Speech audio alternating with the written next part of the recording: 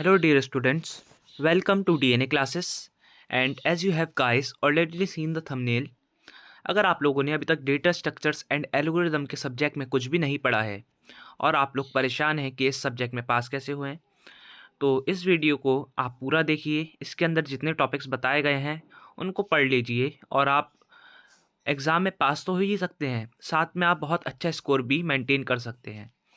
तो चलिए वीडियो को स्टार्ट करते हैं। अगर यूनिट फर्स्ट की बात करें तो यूनिट फर्स्ट में पहला टॉपिक आता है डेटा स्ट्रक्चर्स एंड एल्गोरिदम, नहीं, data structures and types of data structures. अगर इस टॉपिक को अगर तैयार करते हैं आप तो इसके 7 नंबर के आने के में बहुत चांसेस हैं। नेक्स्ट है आपका time complexity, space complexity and space trade off. ये दो दो नंबर में डेफिनेशन पूछी जाती हैं और ज़्यादातर 2 से 3 साल पूछी ही जा रही हैं। नेक्स्ट क्वेश्चन है आपका एसेम्प्टिक नोटेशंस। एसेम्प्टिक नोटेशन क्या होता है? Big O, big theta and big omega, इन तीनों को अच्छे से करके जाइएगा। नेक्स्ट टॉपिक आता है difference between array and link list. ये भी क्वेश्चन काफ़ी ज़्यादा इंपॉर्टेंट है आपके एग्ज़ाम पॉइंट ऑफ व्यू से। नेक्स्ट क्वेश्चन आता है array, 1 dimensional, 2 dimensional, 3 dimensional, plus इसके साथ में न्यूमेरिकल्स आते हैं आपके row and column major operation के ऊपर। तो न्यूमेरिकल को बहुत अच्छे से तैयार करके जाइएगा क्योंकि 7 नंबर में इसका न्यूमेरिकल हर बार ही पूछा जा रहा है। अगला आता है आपका टॉपिक लिंक लिस्ट। इसके अंदर आपको सिंगली लिंक लिस्ट करना है, डबली लिंक लिस्ट करना है एंड सर्कुलर लिंक लिस्ट करना है। तो ये सारे टॉपिक्स थे जो आपके यूनिट 1 में ज़्यादातर पूछे ही जाते हैं और इन सबको आपको अच्छे से पढ़कर जाना है। अगर नेक्स्ट टॉपिक की बात करें तो नेक्स्ट यूनिट के अंदर पहला टॉपिक आता है tower of Hanoi.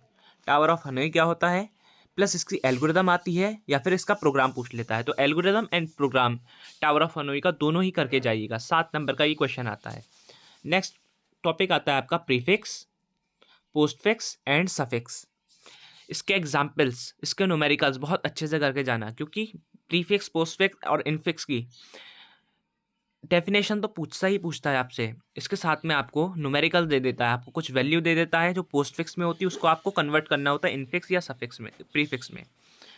Next question आता है आपका stack, push and pop operation. Stack के अंदर पुश एंड पॉप ऑपरेशंस क्या होते हैं और इसका इम्प्लीमेंटेशन देखना है आपको लिंक लिस्ट के साथ में।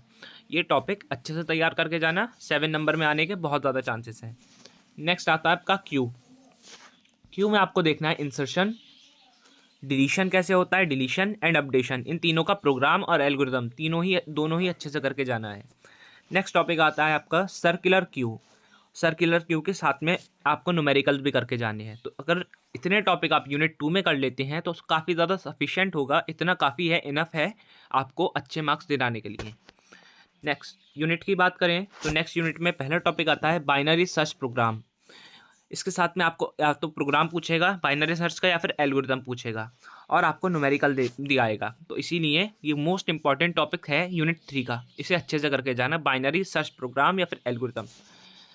अगला सॉर्टिंग की अगर बात करें तो सॉर्टिंग के अंदर आपकी पहली सॉर्टिंग आती है मर्ज सॉर्ट, सेकेंड आती है क्विक सॉर्ट, थर्ड आती है इंसर्शन सॉर्ट, अगली आती है सिलेक्शन सॉर्ट और फिफ्थ आती है हीप सॉर्ट।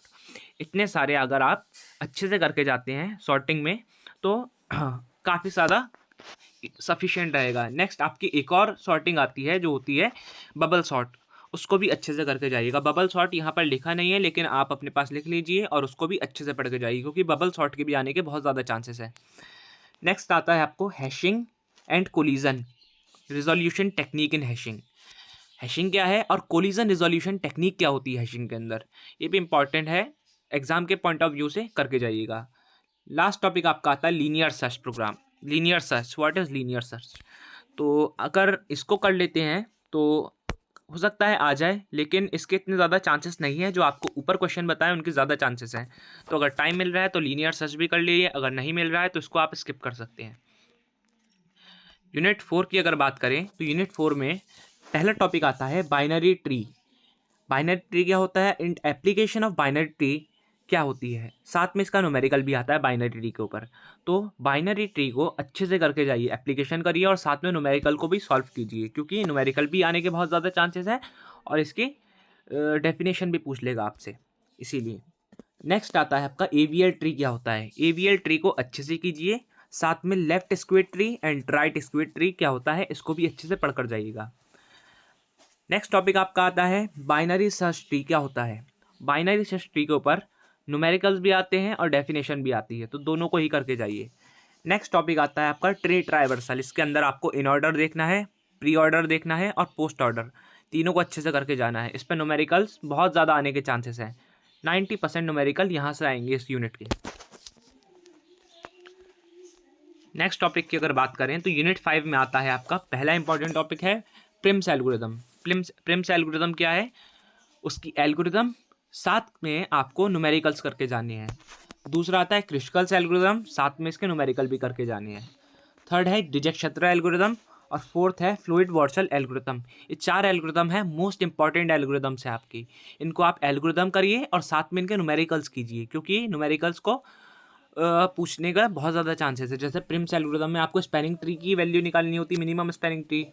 क्रिस्कल्स एल्गोरिदम में भी सेम। डिजक्स्ट्रा एल्गोरिदम में आपको शॉर्टेस्ट पाथ पूछेगा और फ्लूइड वॉर्सल में भी शॉर्टेस्ट पाथ। तो उनके जो भी न्यूमेरिकल्स हैं उनको अच्छे से करके जाइए।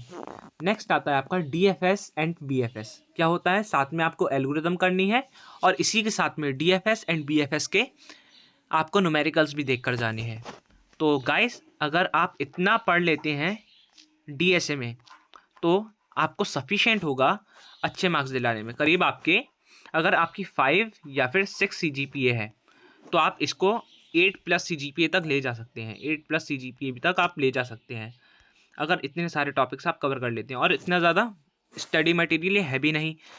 आप अगर एक दिन में 3 टॉपिक कवर करते हैं तो करीब आप 10 दिन के अंदर 30 टॉपिक्स को कवर कर लेंगे। और अगर ये 30 टॉपिक्स आपने कवर कर लिए तो काफ़ी सारे अच्छे चांसेस हैं आपको, काफ़ी ज़्यादा अच्छे चांसेस हैं आपको बढ़िया मार्क्स दिलाने में, साथ में आपकी CGPA को मेंटेन करने में। तो और अगर आपको इसी तरह डेटा स्ट्रक्चर के अलावा किसी और सब्जेक्ट के भी इंपॉर्टेंट टॉपिक चाहिए तो नीचे कमेंट कीजिए। साथ में आपको अगर इन टॉपिक्स की विथ ईजी एक्सप्लेनेशन वीडियोस चाहिए हैं तो हम वो भी ला सकते हैं। आप उनके लिए भी नीचे कमेंट कीजिए। वीडियो पसंद आई है तो लाइक कीजिए और चैनल को सब्सक्राइब कीजिए ताकि इस टाइप की वीडियोस को आप और ज़्यादा देख सकें। Thank you.